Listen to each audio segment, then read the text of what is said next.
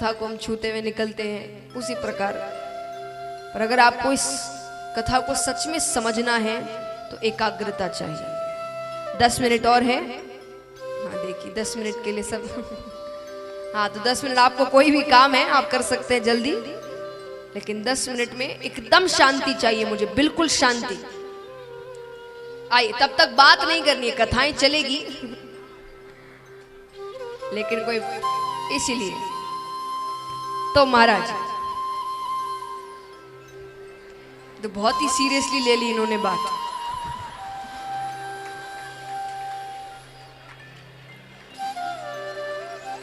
आइए, हाँ धीरे धीरे, मगर सब बैठ जाइए।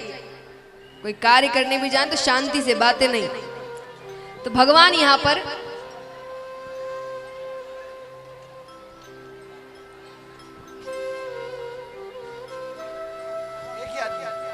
आइए, श्री महंत जी मंच पे आ जाए।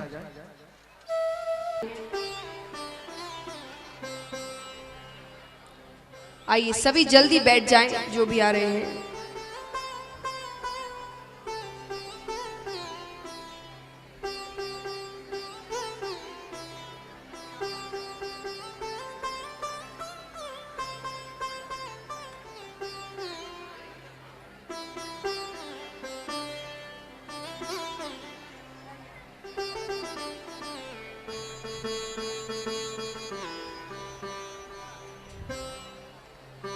आइए सभी को निवेदन है आप जल्दी से बैठा लें जो खड़े हैं। सभी अपने अपने स्थानों पर बैठ जाएं, कथा प्रारंभ हो चुकी है। कोई भी शोर ना करें, आप सभी से निवेदन करूंगी।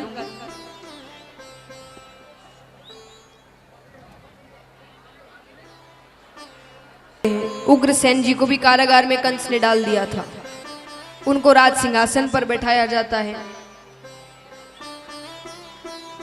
अब ठाकुर जी को यहाँ पर कुछ समय बाद वसुदेव जी गुरुकुल भेजते हैं। गुरुकुल में उनकी भेंट होती है सुदामा जी से। किससे? एक बार शाम का समय था, दोनों को बड़ी जोर की भूख लग रही थी। गुरु माता से कहा भूख लग रही है। गुरु माता ने कहा लकड़ियां तो खत्म हो गई है, एक काम करो वन से लकड़ियां लेकर आओ, तब तक मैं खाने की तैयारी कर दूंगी। लेकिन अगर रास्ते में ज्यादा ही भूख लग जाए तो ये कुछ चने दे रही हूं, इसको दोनों मिल बांट कर खा लेना।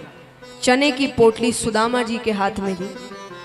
दोनों जाते हैं, लकड़ियां काटते हैं, वापस आने ही लगते हैं कि बहुत तेज वर्षा हो रही थी। तो दोनों एक एक पेड़ पर जाकर बैठ गए। थोड़ी देर बाद सुदामा जी को भूख लगती है तो वो अपने चने खाने लगते हैं, अपने हिस्से के चने खा लेते हैं। फिर उन्हें लगता है थोड़ा सा और खा लूंगा तो क्या फर्क पड़ेगा। थोड़ा थोड़ा करते करते वो सारे चने खा लेते हैं। अब सुबह जब वर्षा थोड़ी हल्की होती है, दोनों उतरते हैं। ठाकुर जी ने कहा सुदामा बड़ी जोर की भूख लगी है, जरा वो चने देना तो। सुदामा जी रोने लग जाते हैं। सुदामा जी कहते वो चने तो मैंने खा लिए।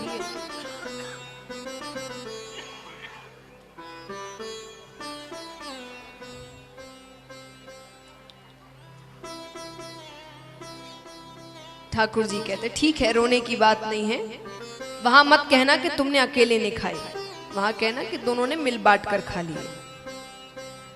अब महाराज यही दृश्य गुरु जी ने गुरुकुल में बैठे बैठे देख लिया। गुरु जी आज गुरु माता से कहते हैं कि आज सुदामा ने अपने जीवन में दरिद्रता लिख ली। किसी और का हक कभी नहीं लेना,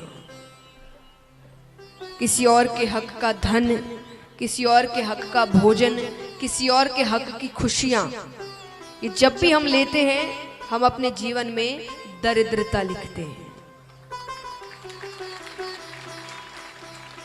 जरूरी नहीं है वो तुरंत आएगी। सुदामा जी के जीवन में तुरंत थोड़ी आई दरिद्रता। कितने वर्षों बाद वो गुरुकुल से घर वापस चले गए, उनका विवाह हो जाता है, उनके बच्चे हो जाते हैं, तब जाकर उनके जीवन में दरिद्रता आती है। और ऐसी दरिद्रता कि घर में अन्न का दाना नहीं है। इसीलिए किसी और के हक का कभी कुछ भी ग्रहण नहीं करना। अपने हक से जितना लेना है उतना लो, जितना धन कमाना है उतना धन कमाओ, जितनी सफलता प्राप्त करनी है उतनी सफलता प्राप्त करो, पर किसी और के हक का धन, खुशियां, भोजन कुछ भी नहीं लेना। अब यहाँ 1 वर्ष भगवान गुरुकुल में रहते हैं, 1 वर्ष बाद वापस मथुरा आते हैं, उनको राज सिंहासन पर बैठाया जाता है। अब मुझे एकदम शांति चाहिए। अब हम उस प्रसंग में प्रवेश कर रहे हैं। उस प्रसंग का नाम है गोपी उद्धव संवाद। तो सब एकदम शांत रहे, अब आना जाना एकदम बंद, सबसे निवेदन है। तो भगवान राज सिंहासन पर उनको बैठाया जाता है। ठाकुर जी राजकाज के कार्य करते हैं। उनके साथ वहां पर उनके सबसे प्रिय मित्र रहते थे, अतरंग सखा। अतरंग सखा माने बेस्ट फ्रेंड, जो आपका सबसे प्यारा मित्र है, जिससे आपकी कोई बात छिपी नहीं है, उसकी कोई बात आपसे छिपी नहीं है। भगवान के अतरंग सखा कौन थे? बताइए जोर से। हाँ, इसलिए देखिए कहानियां पता नहीं होती ना बच्चों को। सुदामा जी उनके गुरुकुल के मित्र थे, बहुत अच्छे मित्र थे, पर भगवान के अतरंग सखा कौन थे? उद्धव। भगवान के बेस्ट फ्रेंड थे, सबसे प्रिय मित्र। और अतरंग सखा होने के साथ साथ वो बिल्कुल भगवान जैसे थे। वो दिखते भगवान जैसे, वो बोलते भगवान जैसे, वो चलते भगवान जैसे, रूप रंग चाल ढाल सब भगवान जैसी थी उनकी।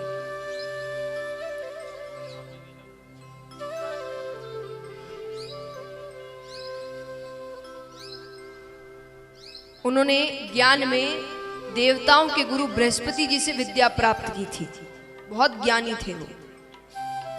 तो महाराज बस एक कमी थी उनमें। कैसी कमी? उद्धव जी के लिए ज्ञान से ऊपर कुछ भी नहीं था। वो सबसे ऊपर ज्ञान को मानते थे। भगवान जानते थे कि ज्ञान से ऊपर भी कुछ है।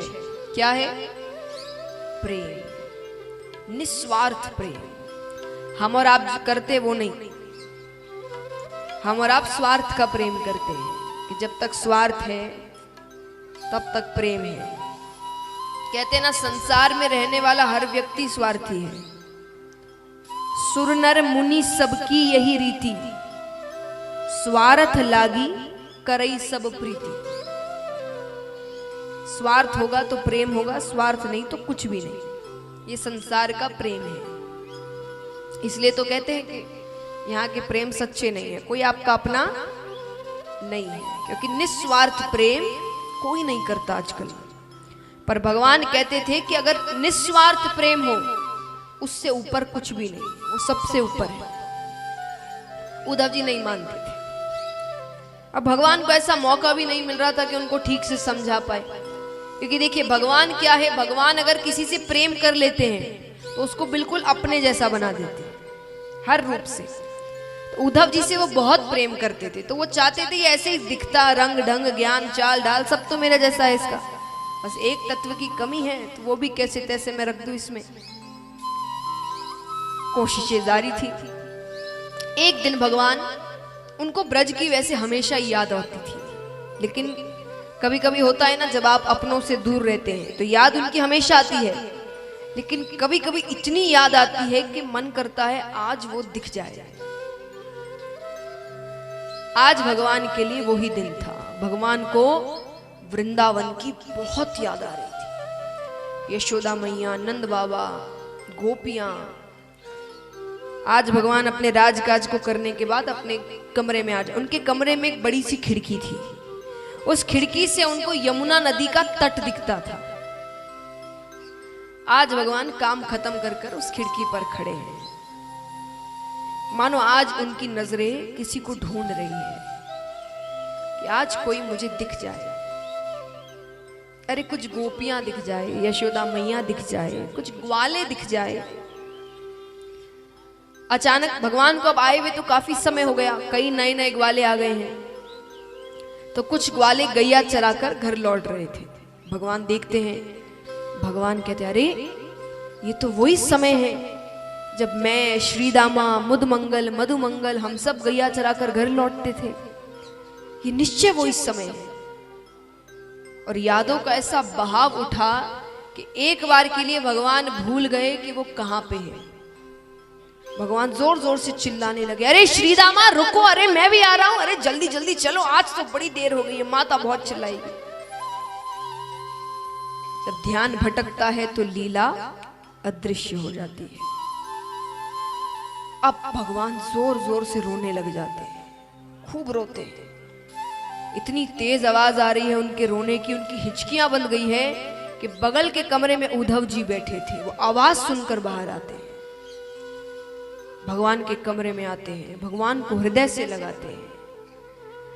उद्धव जी कहते, प्रभु आप रो रहे हैं, अरे आप तो ये रोना धोना, प्रेम दुख सुख सबसे परे हैं, आप क्यों रो रहे हैं? भगवान कहते, उद्धव मुझे वृंदावन की बहुत याद आती है, मुझे नंद बाबा की बहुत याद आती है, मुझे मेरी यशोदा मैया की बहुत याद आती है। भगवान कहते हैं, मैं जब तक वहां रहा मैंने अपनी माता को कोई सुख नहीं दिया। मैं जब तक रहा तब तक उन्हें सिर्फ उल्हाने सुनने को मिले, शिकायतें सुनने को मिली। हर दिन उनके दरवाजे पर कोई ना कोई खड़ा रहता, तुम्हारे बेटे ने ये कर दिया, तुम्हारे बेटे ने वो कर दिया। पर उनका प्रेम घटने की बजाय और बढ़ता गया। भगवान कहते हैं, यशोदा मैया जैसी मैया युगों युगों तक किसी को नहीं मिली। अरे मैं एक दिन घर थोड़ी देर से लौटा, वो मुझे हृदय से गले लगाकर रोने लग गई। यशोदा मैया कहती, कन्हैया तू देर मत किया कर, तू देर से आता है ना, मेरा कलेजा अपनी जगह छोड़ देता है, मेरे हृदय में बहुत पीड़ा होती है, तू घर जल्दी आ जाया कर बस। मैं उसके बाद से कभी घर देर से नहीं लौटा, पर आज मुझे कितना समय हो गया है, मेरी माता कैसे रह रही होगी मेरे बिना। भगवान कहते हैं, नंद बाबा जैसे बाबा किसी को नहीं मिलेंगे। अरे मेरे बाबा जानबूझ के जूतियां नहीं पहनते थे और घर से बाहर जाकर खड़े हो जाते थे, क्योंकि उनको पता था अब कन्हैया उनकी जूतियां सर पर लेकर आएगा और आकर कहेगा, बाबा आपने जूतियां नहीं पहनी ना, मैया पर जाएगी, जल्दी से पहन लो।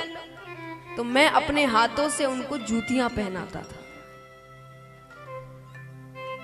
हे उद्धव, मैं दावे से कहता हूं, जब से मैं यहां आया हूं ना, मेरे बाबा ने जूतियां नहीं पहने होंगी।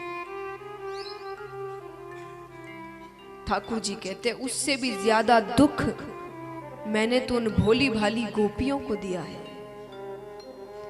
एक बार यशोदा मैया मुझसे कह रही थी कि कन्हैया तू उनके घर चोरी करता है, उनकी माखन की हांडियां फोड़ता है। अरे वो गरीब है, वो जो माखन बेचकर उनको जो धन आता है ना, उसी से वो भोजन करती है।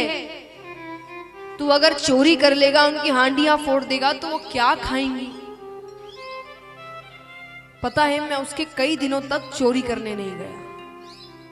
कुछ दिनों बाद सारी गोपियां मेरे घर पहुंच गई, आकर कहती, यशोदा कन्हैया सिर्फ तेरा ही बेटा है क्या, हमारा कुछ नहीं? अरे मटकियां फोड़ता है तो फोड़ने दो, चोरी करता है तो करने दो। असल में गरीब तो हम उस दिन हो जाएंगे जिस दिन कन्हैया हमारे घर नहीं आएगा। भोजन तो उस दिन नहीं करते जिस दिन वो माखन चुराने नहीं आता। कभी मत कहना हम गरीब हैं। फिर भगवान कहते हैं, उससे भी ज्यादा दुख तो मैंने अपनी राधे को दिया है। भगवान कितनी देर तक राधे राधे राधे कहकर रोने लगे। उद्धव जी कहते, प्रभु अगर इतनी ही बातें थी तो आप उन अनपढ़ गवार ब्रजवासियों को ज्ञान से समझा सकते थे। अनपढ़ गवार, भगवान कहते, तुमको कैसे पता वो अनपढ़ गवार है? उद्धव जी कहते, वो कहां गुरुकुल गए होंगे, उनका काम दूध दही माखन बेचना है, जैसे मैं गुरुकुल गया, मैंने बृहस्पति जी से विद्या प्राप्त की है, आप गुरुकुल गए। भगवान कहते तो मैं तो एक ही वर्ष गया, एक वर्ष में कोई कितना सीख लेगा। आज बच्चे को आप 1 साल के लिए स्कूल भेजोगे और 1 साल बाद उसको बाहर निकाल के लेकर आओगे, वो सब कुछ ज्ञानी बन गया वो। तो भगवान कहते मैं तो 1 साल ही गया। उद्धव जी कहते प्रभु आप तो खुद ज्ञान है, ज्ञान की शुरुआत आपसे होती है। भगवान समझ गए जो मौके का उनको इंतजार था वो मौका आज उनको मिल गया। भगवान कहते तुमने सही कहा, मैं उनको ज्ञान से समझा ना सका, तुम जाओ नंद बाबा से मिलो, यशोदा मैया से मिलो और गोपियों से मिलो, बस 3 दिन, और इनको समझाओ ये रोना धोना प्यार ये सब छोड़े, ज्ञान मार्ग पर चले। उद्धव जी को अपने ज्ञान पर इतना भरोसा था। उद्धव जी कहते ठीक है, पर जाने से पहले भगवान ने अपना मुकुट दिया, अपने कुंडल दिए, अपना पीतांबर दिया। उद्धव जी कहते प्रभु इन चीजों की क्या जरूरत है। भगवान कहते इनके बिना बात करना तो दूर, कोई तुम्हें देखेगा भी नहीं। वो इतने लीन है मेरी यादों में, एक बार के लिए इन चीजों से उनको लगेगा कि मैं आ गया तो वो अपनी नजरें उठाएंगे। ठीक है, जाते हैं, ब्रज पहुंचते हैं। वो रास्ते में सोच रहे हैं किसकी विरह वेदना किस हद तक होगी, किसको क्या समझाना है। भगवान ने सबका हुलिया बताया है, कौन कैसा दिखता है। उद्धव जी ब्रज पहुंचते हैं।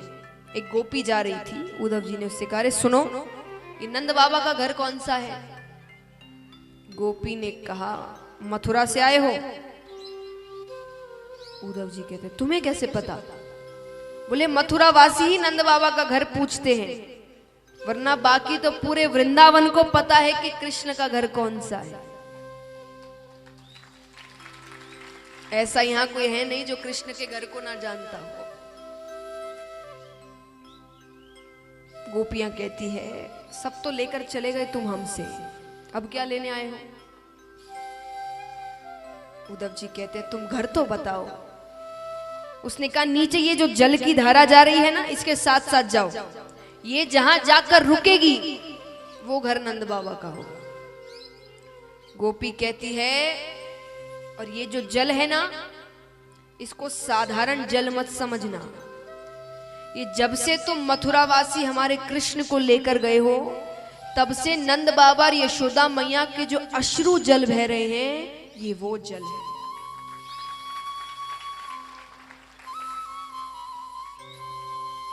उद्धव जी जाते हैं, नंद बाबा के घर पहुंचते, आवाज लगाते हैं नंद बाबा, ओ नंदराय जी। एक साधारण व्यक्ति की आवाज आती है, कौन।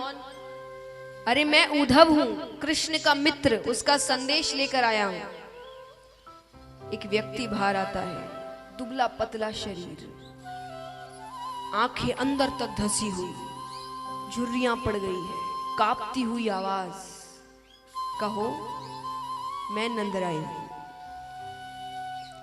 जो हुलिया श्री कृष्ण ने बताया था वो हुलिया नंद बाबा से इतना सा भी मेल नहीं खा रहा।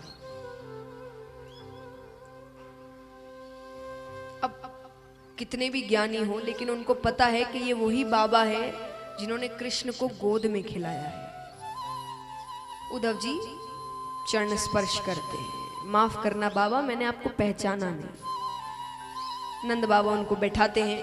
नंद बाबा कहते हैं थके हुए लग रहे हो, भूख लगी होगी, भोजन लेकर आता हूं, भोजन लेकर आता हूं, घर पर नहीं है।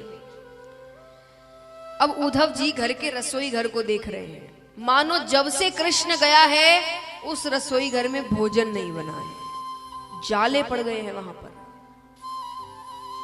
नंद बाबा भोजन कराते हैं। उद्धव जी कहते हैं अरे बाबा बैठो तो सही, मैं कुछ बात करने आया हूं आपसे।